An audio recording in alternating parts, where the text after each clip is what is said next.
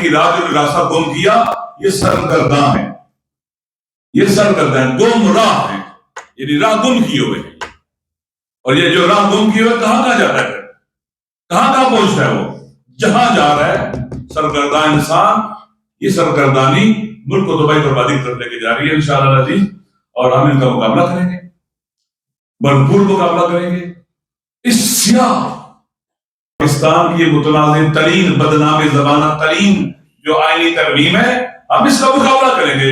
اپنے عوام سے یہ عہد کرتے ہیں، وعدہ کرتے ہیں جتنا ہم کر سکتے ہیں اتنا ضرور کریں گے، اس سے زیادہ کی بھی کوشش کریں گے انشاءاللہ. اس کا راستہ روکیں گے، اس سے کوئی نہیں پوچھ سکتا، لیکن باقی سب لوگوں سے پوچھا جائے گا تو جواب دہ ہوں گے.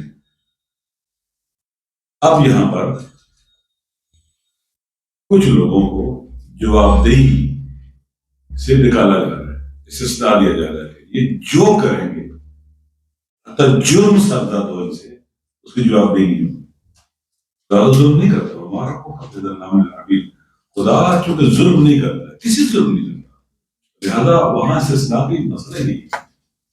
تو یہاں پر کیا صورتحال بن گئی ہے کہ اگر یہ ظلم کریں، قتل کریں، لوٹیں، دھکے ڈالیں، جو دل کچا کریں، ان سے آپ نہیں پوچھ سکتے.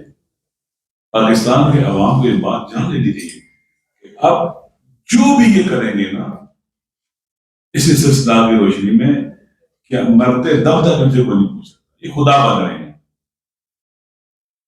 اسی طرح سے جو آرٹیکل 243 ہے اس میں یہ جو ختم کر رہے ہیں joint chief of staff committee کے چیئرمین کے عہدے کو اور آرمی چیف کو تمام فورسز کا کمانڈر بنا رہے ہیں، سب ان کے نیچے آ جائیں گے، ایئر فورس، نیوی اور بری فورس. اب آپ دیکھ لیں، تھوڑا سا میں مثال دیتا ہوں آپ کو. 2019 میں جب انڈیا نے بالاکوٹ پر اٹیک کیا میٹنگ ہوئی تو اس کو جواب دینا چاہیے، تو اس وقت کے آرمی چیف نے کہا کہ ابھی ہمیں انتظار کرنا چاہیے، جائزہ لینا چاہیے. لیکن ایئر فورس کے چیف نے کہا کہ ہم نے جواب دینا ہے، اور جواب دیا انڈیا کو. اب آپ ایسا کر رہے ہیں، ساری کی ساری پاور ایک بندے کو دے رہے ہیں اور اسی کو سب کا ہیڈ بھی بنا رہے ہیں، اور تا حیات ان کو امیونٹی بھی دی جا رہی ہے. یہ ایک اور خدا بنانا ہے جس کے پاس ٹینک بھی ہوگی، توپے بھی ہوں گے، گولیاں بھی ہوں گی، فورس بھی ہوگی، سب کچھ ہوگا. جن کی سابقہ تاریخ دیکھ رہے، ایوب خان صاحب آئے، پاور تھی، مارشل لا لگایا، جواہر لال نے مارشل لا لگایا، یحییٰ خان نے ملک توڑنے میں باقاعدہ رول پلے کیا. یہ پاور ہے.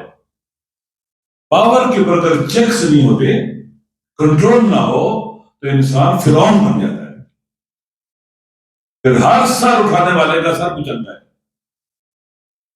جس سے اس کی پاور کو تھریٹ ہو جائے، اگر پتا چلے بچہ پیدا ہوگا نا اس کو مروا دیتا ہے. ہمارا ملک فاشزم کی طرف جا رہا ہے، فاشسٹ سسٹم حاکم ہو رہا ہے ہمارے ملک کے اوپر. آئین مر چکا ہے. ان کے پاس 2 کی اکثریت ہے، سینٹ میں بھی ہے، اور نہیں تو بنا لیتا زبردستی 26 زمین میں حریص ہے پاور کے. غلط راستے پہ چلے ہیں، چلتے چلتے چلتے چلتے مکڑی کے جیسے اپنے کی جال بناتی ہے، بناتے بناتے بناتے بناتے صرف پھنس جائیں گے. یہ سمجھ لیں گے یہ ان کے لیے طاقت، ان کو طاقت دیں گے، نہیں. خدا کا بھی نظام ہے، یہ ان کے لیے مکڑی کا جالا ثابت ہوتا ہے. یہ اپنے ارد گرد ایسی دیوار کھڑی کر رہے ہیں جہاں یہ سانس بھی نہیں لے سکیں گے. پاکستان کے عوام کی ذمہ داری ہے، ہم سب کی ذمہ داری ہے کہ اس آئین پر جو حملہ ہوا ہے اور جو آئین کو قتل کر دیا گیا ہے اس کے خلاف اٹھیں. نہیں تو اس پاکستان کو اکٹھا رکھنے والی کوئی چیز باقی بچے گی. پہلا حملہ کب ہوا؟ باقی ماضی کو چھوڑتے ہیں، 2024 میں دیکھیں. 8 فروری کو انہوں نے اٹیک کیا، عوام کے حق رائے دہی پر ڈاکہ ڈالا، لوٹ لیا ان کا مینڈیٹ عوام کا. یہ ڈاکو. اور آپ جانتے ہیں کہ سیاستدان تنہا ڈاکہ نہیں مار سکتے.